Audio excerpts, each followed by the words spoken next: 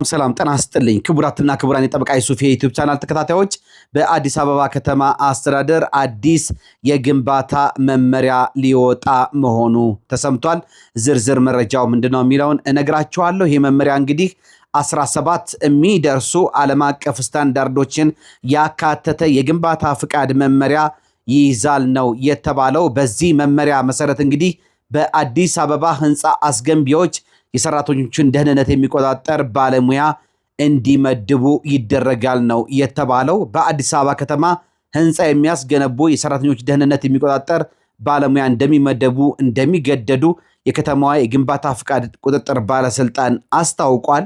የአዲስ አበባ ከተማ አስተዳደር የግንባታ ፍቃድና ቁጥጥር ባለስልጣን ምክትል ዋና ዳይሬክተሩ እንደገለጹት በስራ ላይ የሚያጋጥም ሞትን ለመከላከልና የግንባታ ደህንነት መሰረታዊ አስፈላጊነትን ለማረጋገጥ የህንፃ አስገንቢዎች በዘርፉ የሰለጠነ የደህንነት ባለሙያ እንዲቀጥሩ ይገደዳሉ ነው የተባለው። ይህን ለማድረግ እንግዲህ የሚያስችል መመሪያም እንደሚወጣ ገልጸዋል። እያንዳንዱ የግንባታ ቦታ በህግ ተደግፎ የደህንነት ባለሙያ ይኖረዋል ነው ያሉት።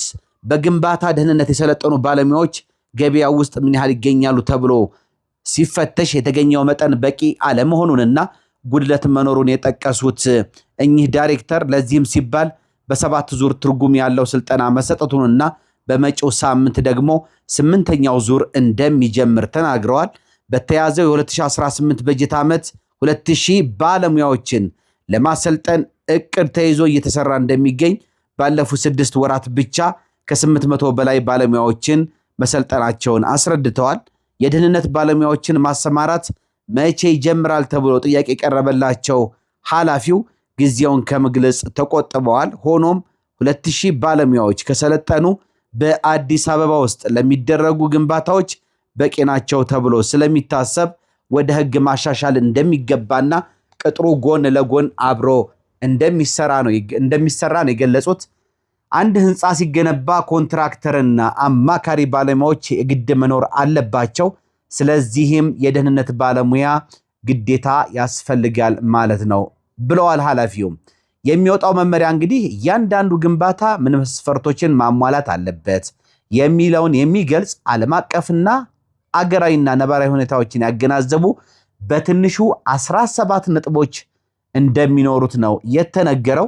ህንፃ ሲገነባ ከላይ ሊወድቁ የሚችሉ ቁሳቁሶችን መከላከል እንዲችል ዙሪያውን በደህንነት መረብ መሸፈን አለበት የሚለው አንደኛው ሲሆን ባለሙያዎችን በተመለከተም የደህንነት ጫማ፣ የራስ ቅል መሸፈኛ፣ አንጸባራቂ ልብስ፣ የእጅ ጓንት ሊኖራቸው ይገባል ብለዋል።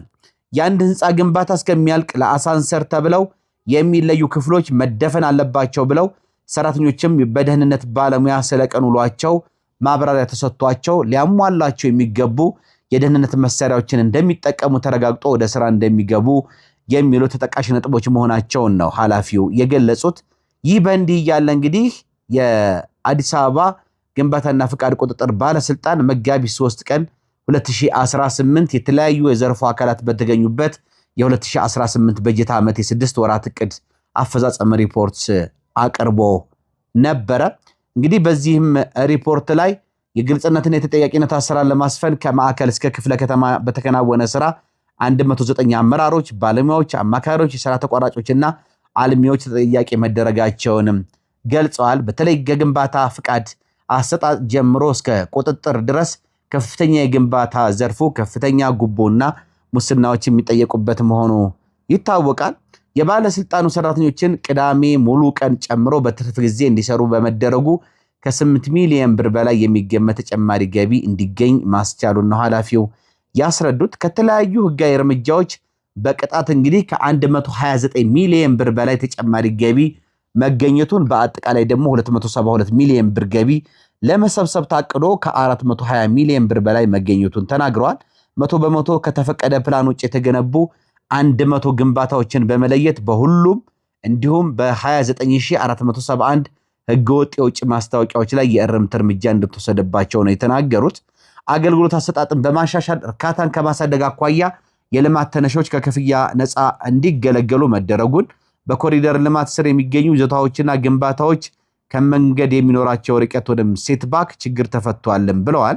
ባለስልጣኑ በዘረጋው ቅሬታና የቤቱታ አፈታት ስርዓት መሰረት 55 ቅሬታዎች ቀርበው 34 ያህሉ ሲፈቱ 16 ተገቢነት የሌላቸው መባላቸውን ነው እንግዲህ የተገለጸው።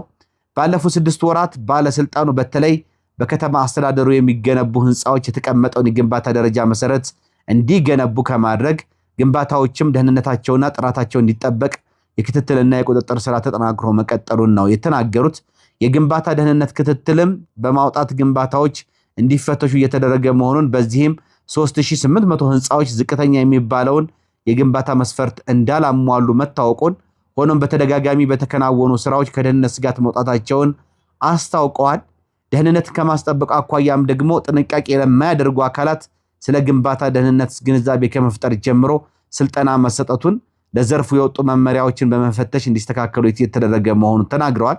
በዚህም ለውጦች እየተገኙ የሰው ሞትም እየቀነሰ መሆኑን ነው ኃላፊው ያስረዱት። ሆኖም እንግዲህ በበጀት ዓመቱ 6 ወራት የሟቾች ቁጥር እንደማይታወቅ ቁጥሩን ጨምሮ ሙሉ የአደጋ ሁኔታው ምን እንደሚመስል ጥናት እየተደረገ እንደሆነና ሲጠናቀቅ ለህዝብ ይፋ እንደሚደረግ ነው የገለጹት። ባለፉት 3 ዓመታት ግን ከግንባታ ጥንቃቄ ጉድለት የተነሳ 142 ሰዎች መሞታቸውን አውስተዋል።